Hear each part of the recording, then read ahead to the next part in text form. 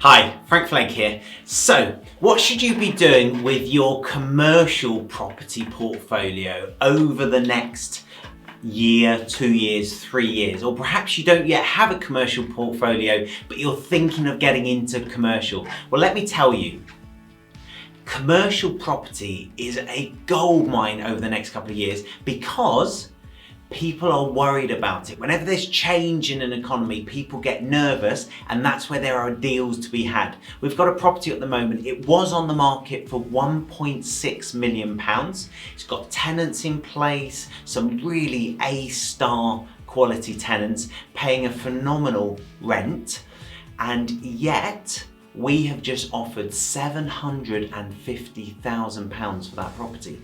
That is an unbelievable discount. Now, they haven't said yes yet, but we are doing that on multiple properties around the country because there are very few buyers around. If you look at the rents that were collected in Q1 2020, normal.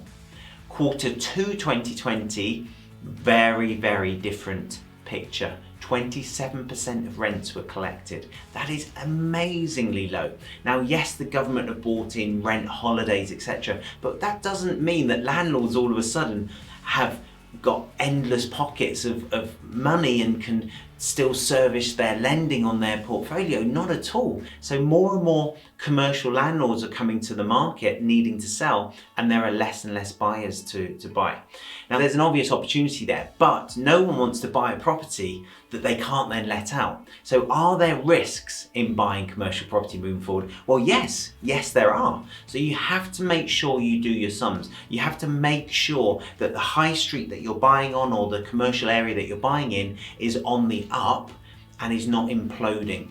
So we have seen flats, city centre flats, drop in value. There's an oversupply of flats now because people don't want to live in city centres and people aren't travelling to city centres, and that will impact on commercial property probably forevermore.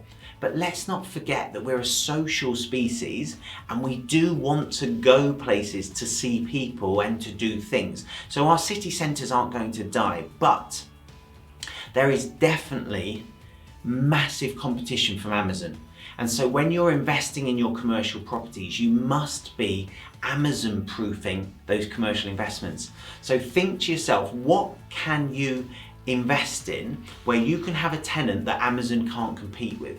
So Amazon can't home deliver a coffee and a cake with your mates. You're gonna have to go to a Costa for that. You're gonna have to go to a Starbucks.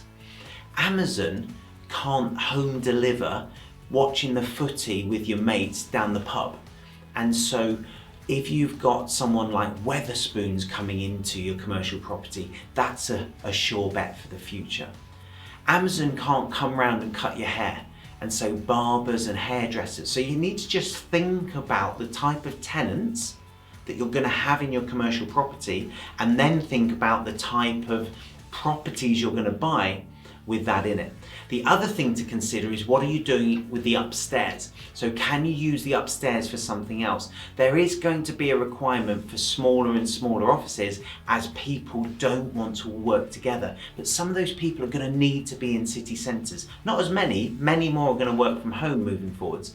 But there is going to be the requirement for smaller offices rather than these massive open plan offices. So my message to you is absolutely be in the market for commercial property over the next couple of years, and be offering low because it's a buyer's market, but be offering smart.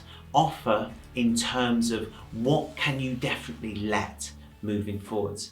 And if you're canny about it, if you're switched on, there are massive opportunities there which you can absolutely mop up with. If you've enjoyed this episode and you would like to know more, whack the subscribe button, click the notification bell, and I will see you again soon. In the meantime, happy investing.